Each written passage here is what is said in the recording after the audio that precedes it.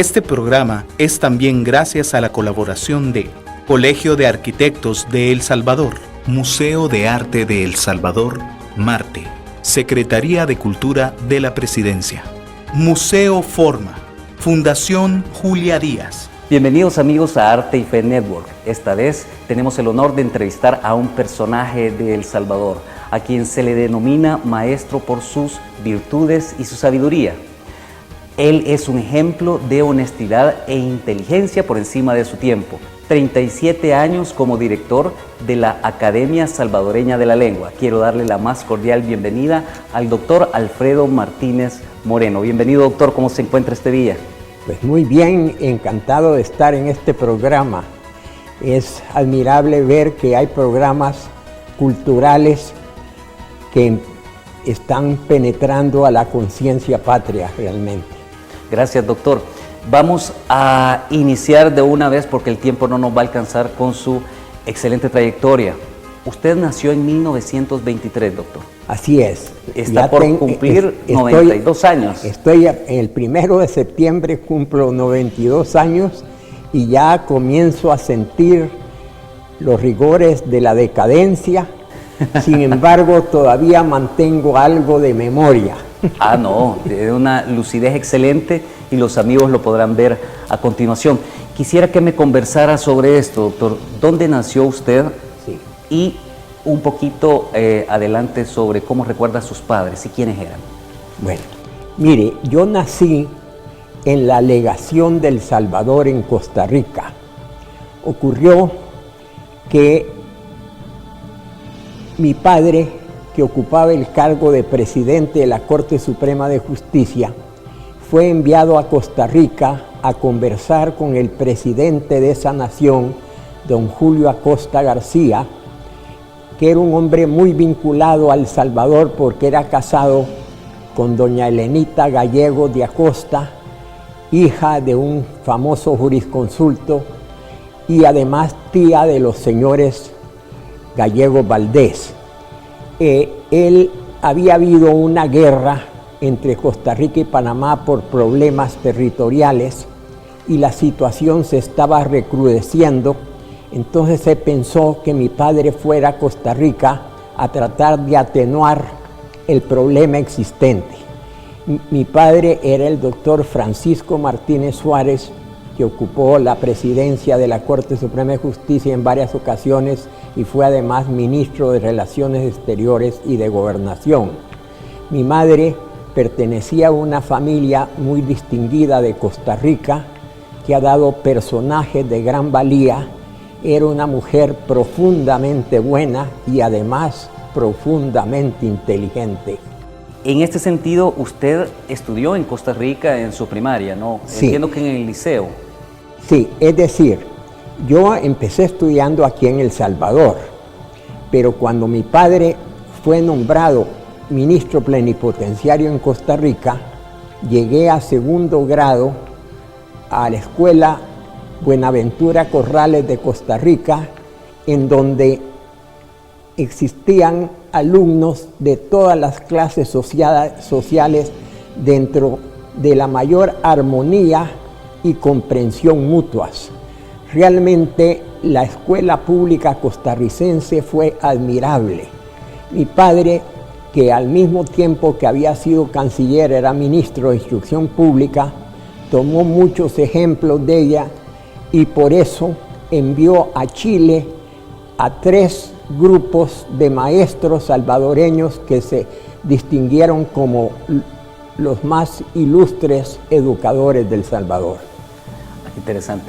Bueno, posteriormente usted sus estudios superiores los hace en New Jersey, ¿no? Sí, no, la primaria, desde de segundo grado hasta el bachillerato estudié en Costa Rica, la secundaria en el Liceo de Costa Rica, que era el equivalente al Instituto Nacional del Salvador, es decir, una institución pública, con los mejores profesores que he tenido en mi vida.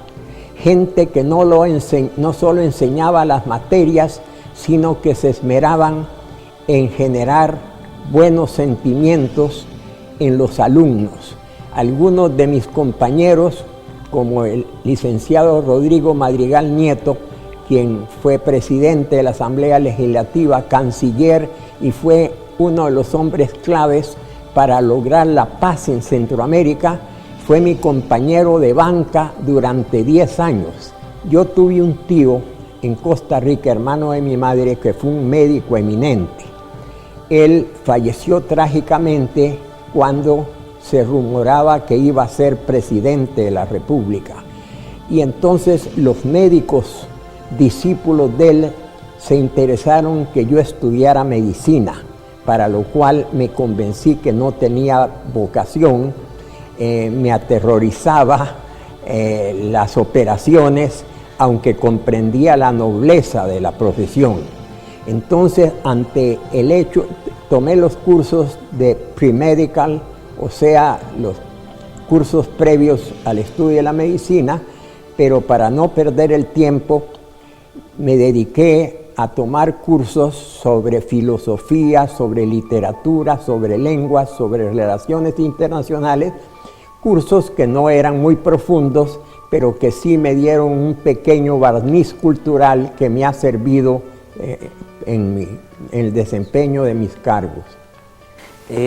Posteriormente, usted se gradúa en El Salvador como doctor en jurisprudencia y ciencias sociales, ¿es así? Sí, después de los estudios en Estados Unidos y convencido de que no tenía vocación por la medicina, me vine a El Salvador a estudiar Derecho en la única universidad que existía, la Universidad de El Salvador, y tuve también profesores muy distinguidos. En esa época la Facultad de Derecho contaba con jurisconsultos verdaderamente valiosos y también de gran integridad moral. Debido a su destacada trayectoria como diplomático, estuvo en el Ministerio de Relaciones Exteriores aproximadamente desde 1949 hasta 1973 aproximadamente. Más o menos. Más o menos. En ese periodo en que usted fue diplomático, además fue presidente de la Corte Suprema de Justicia del 68 al 70, sí, ¿no? Debido a esa destacada participación, usted se va como una misión, miembro de la Comisión de Derecho Internacional de las Naciones Unidas. Sí. Coménteme esto que me va a decir ahorita, que lo veo entusiasmado. Bueno, mire, quiero manifestarle lo siguiente. Sí. Yo empecé en el Ministerio de Relaciones Exteriores, me llevó el doctor Miguel Rafael Urquía, que había sido mi profesor, con un cargo secundario, subjefe del Departamento de Organismos Internacionales. Pero fui ascendiendo y llegué, sin ser miembro de ningún partido político, a subsecretario de Relaciones Exteriores. Posteriormente, ejercí la profesión de abogado, pero llegó un momento en que se pensó que El Salvador tenía algunos problemas internacionales serios y que yo tenía una poca experiencia en ese campo. Entonces me invitaron a ser canciller de la República, para lo cual pues tenía alguna preparación por experiencia en la Cancillería. Estuve ahí ya de canciller muy poco tiempo, porque ocurrió en El Salvador un problema político. No se ponían de acuerdo el gobierno del general Sánchez Hernández y la oposición liderada por la Democracia Cristiana para escoger al presidente de la Corte Suprema de Justicia. Se habían propuesto nombres de personas muy distinguidas, pero uno o el otro lo vetaban.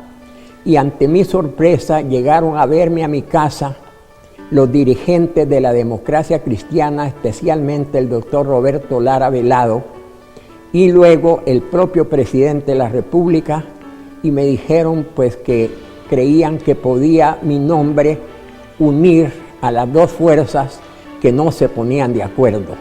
Y así, contra mi voluntad, pues yo reconocía tener muy poca experiencia judicial, fui elegido presidente de la Corte Suprema de Justicia por unanimidad en la Asamblea Legislativa. ¿Qué presidente era, doctor, el que lo fue a buscar a su casa? Era el general Fidel Sánchez Hernández, que yo no tenía mayor vinculación con él, pero él me contó que había escuchado 2 conferencias mías sobre temas internacionales y por lo tanto se interesó que yo fuera canciller. Posteriormente, como le digo, fue algo sorpresivo, en contra de mi voluntad. Para que yo aceptara el cargo me visitaron muchos personajes, incluyendo al señor arzobispo de San Salvador, Monseñor Luis Chávez y González. Sí.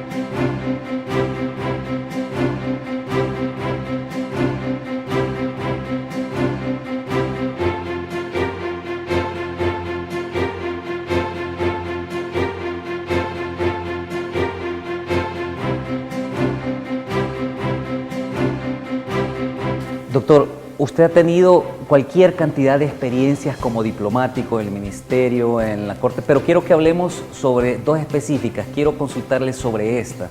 Usted tuvo una misión, bueno, usted ha tenido más de 60 misiones internacionales representando a El Salvador, ¿no? Es así. Pero, y de cada una usted ha tenido unas anécdotas interesantísimas, pero quiero que me hable sobre esta misión especial que fue a Japón y que pudo conocer al emperador. Coménteme, ¿cómo fue esto? Fue esto, yo estaba en Ginebra en una reunión sobre derecho del mar y ante mi sorpresa, el presidente de la República, que era el coronel José María Lemos, me llamó por teléfono y me dice: estoy aquí con el señor ministro de Economía, doctor Alfonso Rochac. Él está sumamente preocupado porque ha tenido noticias que el Japón va a poner dificultades al ingreso del algodón salvadoreño en vista de que El Salvador no ha firmado un convenio comercial sobre la cláusula nación más favorecida con Japón y lo ha hecho con otros países, sobre todo europeos, que no nos compran nada. En consecuencia, hemos pensado que usted debe ir al Japón. Así me fui allá sin ningún traje de etiqueta, porque yo había ido a una conferencia que no requería ese tipo de vestimenta. Y en varios lugares fui consiguiendo parte del chaqué, pero lo interesante del caso fue que tuve que alquilar una chistera, lo que llaman un top hat, es decir, para la presentación de credenciales ante el emperador. La chistera, por el mucho uso, estaba bastante sucia y, contrariamente a la práctica que debería ponerse boca arriba la chistera, yo lo ponía boca abajo para que no se viera la suciedad. La presentación de credenciales fue muy interesante porque me fijaron 4 minutos únicamente, porque el emperador tenía una agenda muy nutrida. Estamos hablando del emperador Hirohito. Hirohito. Okay. Sí, entonces yo cuando regresé de saludar al canciller Fujiyama, que no podía asistir a la reunión porque tenía que defender un tratado de seguridad con los Estados Unidos en la dieta, lo visité temprano. Y cuando regresé al hotel vi que estaba el carruaje imperial con 6 caballos blancos adelante, esperando para llevarme al Palacio Imperial. El embajador de El Salvador, señor Walter Beneke, había olvidado en su casa las credenciales y yo empecé a hacer el recorrido por las calles de Tokio, que estaba llena de gente creyendo que acaso iba el emperador ahí. Y llegué al Palacio Imperial, se bajó el puente levadizo sobre el foso, entré con una angustia de que el embajador Beneke no llegara a tiempo de entregarme las credenciales. Afortunadamente, en el último minuto llegó él corriendo y se me dijo que yo tenía que hacer 3 reverencias. Una al entrar al salón, la segunda a la mitad y la tercera ya ante el emperador, que yo no podía darle la mano hasta que él me la tendiera. Yo tenía que hablar en español y su majestad lo haría en japonés con el intérprete. Me fijaron, como le digo, solo 4 minutos, pero yo además de que le hice una presentación un poco heterodoxa, refiriéndome a sus cualidades como hombre de ciencia, no solo como el gestor de la unidad japonesa, sino él había descubierto varias algas marinas. Entonces, al saludo le cité eso, lo cual le agradó.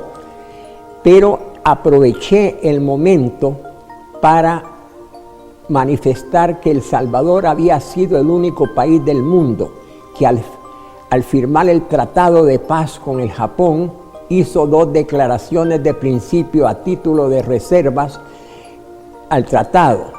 Uno era que El Salvador no podía aceptar la confiscación de bienes, aunque fueran bienes enemigos, porque la Constitución salvadoreña lo prohibía. Y el otro era, en base al principio de la libre determinación de los pueblos, consignada en la Carta de las Naciones Unidas, que el traspaso de soberanía de las Islas Kuriles y la mitad de la isla Sajalina se había hecho sin contar con la voluntad de los habitantes de las islas. Esas 2, llamémosle reservas, causaron una gran impresión al emperador y al señor ministro de Justicia que lo acompañaba. Y la cita que me habían dado de 4 minutos se prolongó aproximadamente 40 minutos. De modo que fue una experiencia muy grata. Logré, hablando con el ministro de Comercio Exterior, demostrarle que el Japón no salía perjudicado en ninguna forma con el hecho de que El Salvador no hubiera firmado un tratado comercial, por el contrario, y el señor Ikeda, ministro de Comercio Exterior, que me había recibido atípicamente a la cortesía japonesa en una forma muy fría, terminó dándome un abrazo que me hace recordar que 2 meses después el señor Ikeda era el primer ministro de Japón. Interesante. ¿Y cómo recuerda la personalidad del emperador? ¿Qué memoria le tiene de él? Bueno, mire, yo tengo una experiencia muy grata porque cuando yo le dije que saludaba no solo al que encarnaba la grandeza y la unidad del Japón, sino a un eminente hombre de ciencia, se ve que le agradó. Y la sonrisa cuando le tradujeron, yo estaba un poquito preocupado de que era una forma poco ortodoxa de saludar a un mandatario, pero ahí vi la complacencia que él tuvo y me distinguió muchísimo. Él era un hombre físicamente no muy agraciado, pero sin duda un hombre formado para representar la grandeza de su país. Hablaba con tono, me explicó que él, antes de presentar las credenciales, a él le habían informado sobre las inversiones japonesas en El Salvador, sobre todo en la materia textil, y que sabía que las relaciones entre los 2 países habían sido muy cordiales siempre. Cuando yo le expliqué la actitud de El Salvador en la firma del Tratado de Paz con el Japón, hizo preguntas inteligentes para comprender eso, y realmente creo yo que tuve la suerte de haber agradado y que eso sirvió para que a El Salvador no se le restringiera el ingreso del algodón, que el Japón era el principal mercado, y en esa época generaba mucho empleo en El Salvador. Hubo una posibilidad ahí en Japón de que se estableciera en El Salvador la industria de las perlas cultivadas. Y yo fui a la isla Mikimoto, conocí el procedimiento y supe que los japoneses habían encontrado que en Jiquilisco, de esa región, existían las condiciones óptimas para esa industria.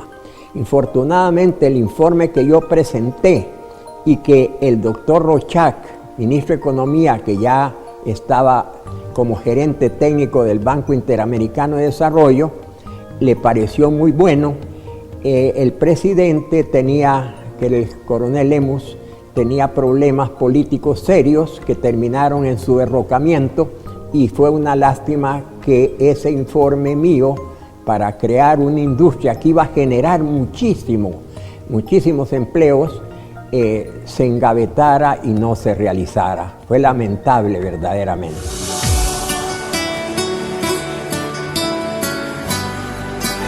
Esta es una fotografía en que me tocó saludar a la señora Golda Meir, primer ministra de Israel. Fue una cena de frac y con decoraciones. Cuando vino a El Salvador, el eminente músico Pablo Casals, aquí le hicimos un homenaje y él dijo que era el último homenaje que él recibió en vida. Yo ocupaba el cargo de ministro de Relaciones Exteriores y me tocó honrarlo colocando en su pecho la Orden Nacional Dr. José Matías Delgado.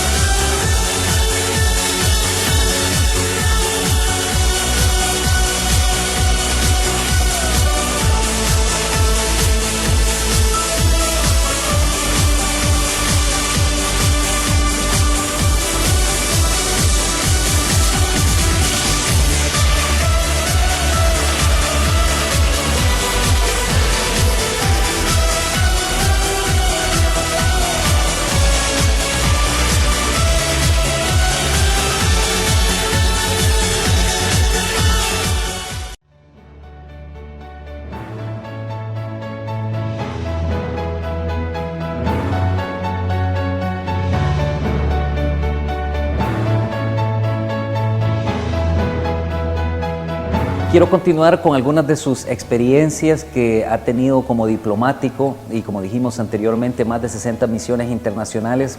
No podemos hablar de todas.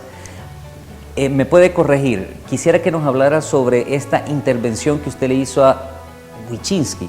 ¿Es así? ¿Cómo no? O sea, ¿quién es Wyszynski para que el público sepa? Sí. Y todo lo que terminó, si se puede decir, terminó cuando usted habló con la reina de España. ¿Cómo no? Mire. El señor Wyszynski es acaso el mejor orador diplomático que yo he conocido en mi larga experiencia diplomática. Era un hombre con una voz muy fuerte, con una preparación filosófica no solo de marxismo, sino de la historia y la filosofía, un hombre sofista, pero verdaderamente brillante como orador. Pero la posición de la Unión Soviética en esa época, que era en plena Guerra Fría, era la de tratar muy duramente a los delegados, contrarios a su posición. Y en la mañana de un día había insultado fuertemente a los delegados de Chile y de China nacionalista, que era la que ocupaba el cargo en esa época, y me pareció a mí que las expresiones insultantes eran exageradas y que el presidente de la Comisión Política, el señor Lester Pearson, primer ministro de Canadá, quien posteriormente fue hecho Premio Nobel de la Paz, era un poco débil ante esas actitudes, y en la tarde, cuando se iba a iniciar el debate sobre las amenazas a la independencia política y a la integridad territorial de Grecia, tuvo insultos muy fuertes, no solo contra el delegado Pipinellis, sino también contra el gobierno monárquico que había en esa época. Y llegó al momento de decir que la reina de Grecia era una, voy a decir la palabra en francés como él la dijo, putain, una P, que a mí me pareció un agravio no solo a la soberana de un país miembro, sino sobre todo a una digna mujer.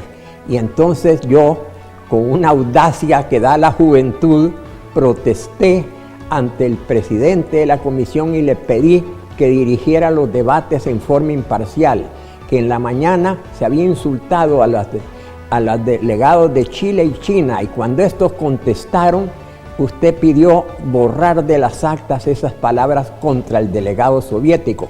Y ahora que se ha insultado a una dignísima mujer, usted yo le pido, señor presidente, que dirija los debates en forma imparcial. Él contestó, en lo que a mí se refiere, seguiré dirigiendo debates imparcialmente, se borran de las actas. En las palabras del señor Vyshinsky. Los insultos de Vyshinsky. Sí. Y entonces, recuerdo que Vyshinsky lo único que dijo es que, bueno, había hablado el delegado del único país del mundo que había reconocido al Manchukuo, cosa que era verdad. Era en el tiempo del general Martínez en El Salvador, en que se recibió una invitación para la inauguración como nuevo estado del Manchukuo, que era un estado satélite del Japón. En eso entonces pues el Japón estaba aliado a la Alemania nazi y a la Italia fascista, y entonces hubo un error de un funcionario del protocolo al contestar el telegrama de invitación, que no debería haberse contestado porque no había relaciones.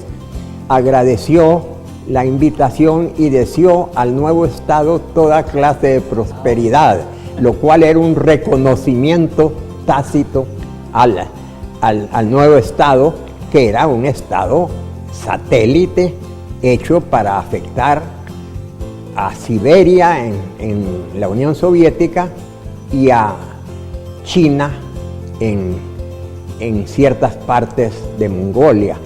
El delegado de Grecia, al terminar el debate, manifestó que las grandes potencias no habían salido nunca en defensa de Grecia, y que en cambio un país pequeño como El Salvador era el que había verdaderamente ayudado al decoro de Grecia. Esto tuvo consecuencias posteriores.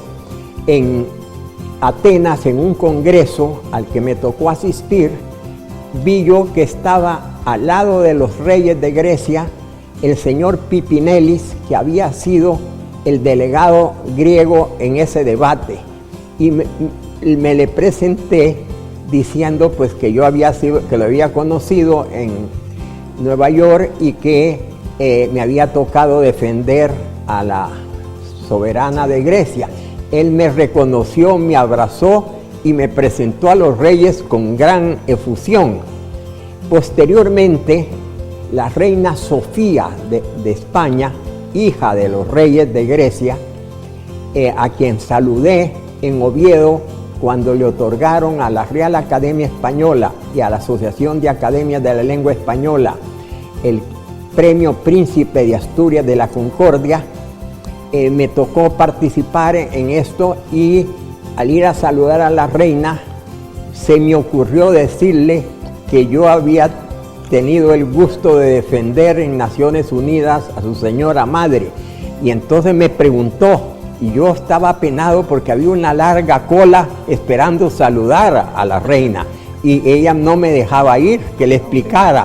Y entonces tuvo eso, y posteriormente, al inaugurarse la sede de la Academia Mexicana de la Lengua, en presencia de los reyes de España y del presidente de México, la volví a ver, ella me reconoció y me volvió a decir que agradecía la defensa que yo había hecho de su señora madre.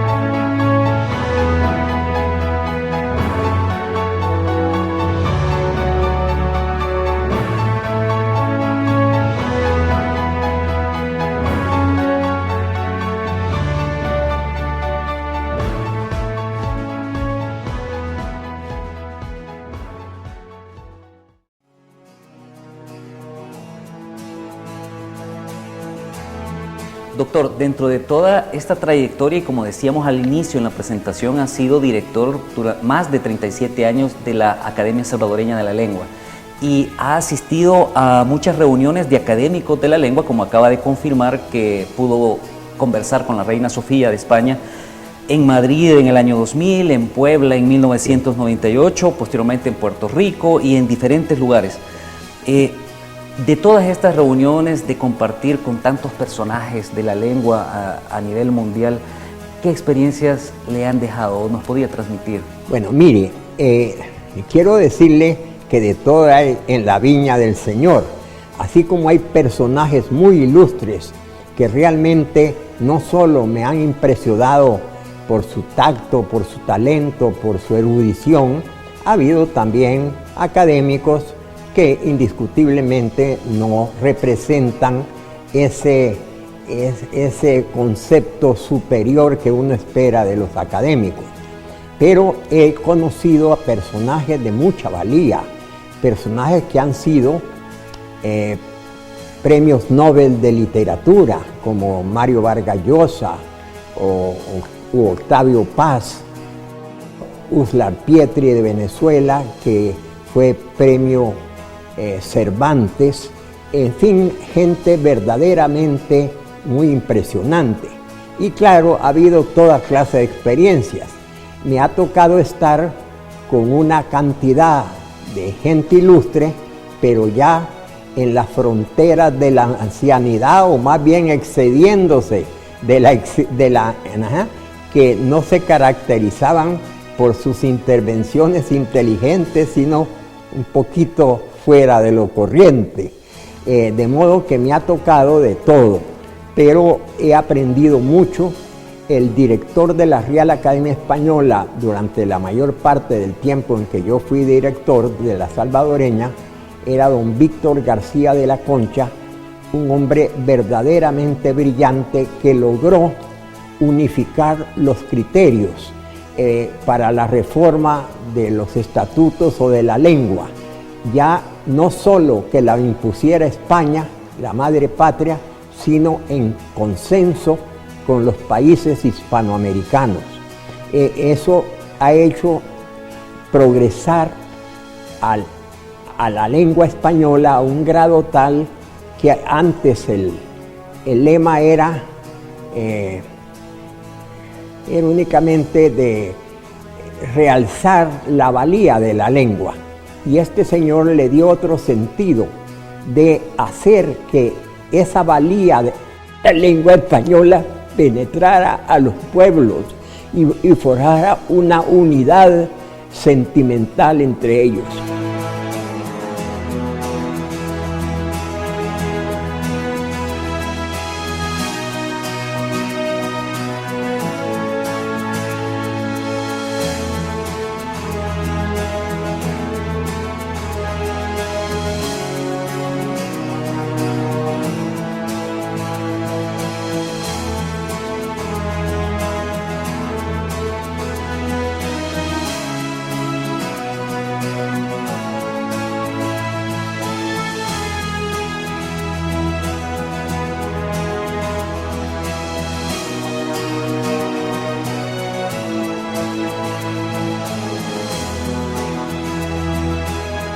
Doctor, usted que ha conversado con estos personajes, ¿qué le pareció la personalidad de Octavio Paz y de Vargas Llosa?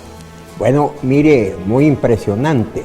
Le quiero decir que a Vargas Llosa yo lo había conocido aquí en El Salvador, anteriormente en casa de la señorita Rina Vilés, en donde él con su ex esposa se hospedaban.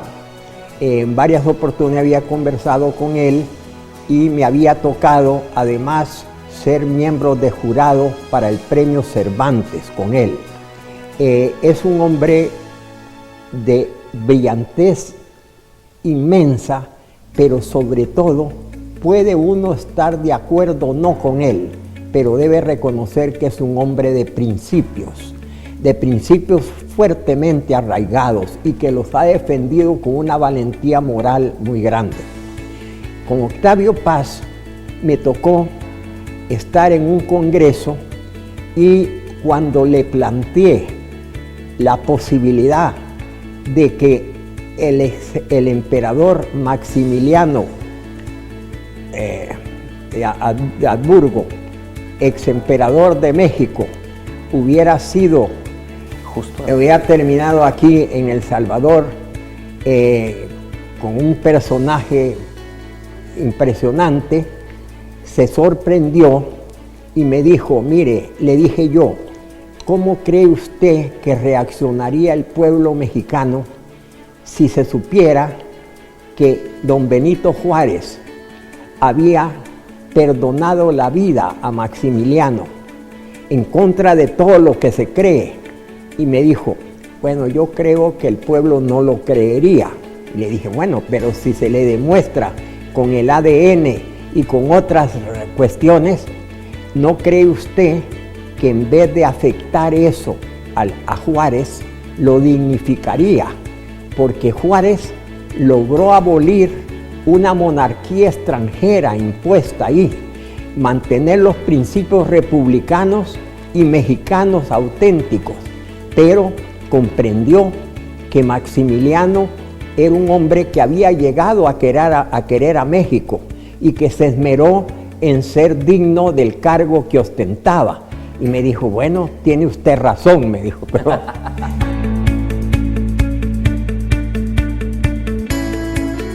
Ya lo mencionó, doctor, usted ha participado como jurado de este prestigioso premio Miguel de Cervantes en Madrid en el 83 y el 95, no sé si ha habido más. En el caso en que se otorgó el premio Cervantes al gran escritor Camilo José Cela, hubo una situación muy especial. Era evidente que Mario Vargas Llosa quería que se rindiera el homenaje a Cela. Como yo sabía de antemano que uno de los candidatos iba a ser Camilo José Cela, leí la mayor parte de la obra novelística de él y realmente lo consideré un escritor brillante, pero no me pareció, en mi modesta opinión, que fuera un premio Nobel de literatura como había sido y que se le otorgara el premio que lleva el nombre del escritor más esclarecido de la lengua castellana, el premio Cervantes. Y yo, por otro lado, tenía especial devoción por un escritor venezolano, Arturo Uslar Pietri, que fue poeta, ensayista, novelista, orador, historiador, periodista, que reunía el conocimiento integral de los géneros literarios. Además, era un hombre de principios democráticos muy arraigados. Entonces yo, con toda modestia, presenté la candidatura de Uslar Pietri, reconociendo, por supuesto, la valía de Cela, que en el criterio de Vargas Llosa era el escritor de la época posterior a Franco que únicamente había dignificado a la lengua de Cervantes. Yo reconocía estos méritos, pero realmente, como uno debe votar conforme a sus principios, Yo consideré que el premio debería otorgarse a Urlar Pietri y me mantuve al final. La votación fue, creo que de 7 contra 4, pero no recuerdo exactamente. No se pierda la segunda parte de esta interesante entrevista al doctor Alfredo Martínez Moreno, donde conversamos sobre su obra, escritos, ensayos y discursos. El martes 1 de septiembre a las 8 de la noche, solo por Agape TV, tu canal positivo. Yo he estudiado mucho la figura de Fray Francisco de Vitoria, el gran teólogo jurista del siglo XVI en España.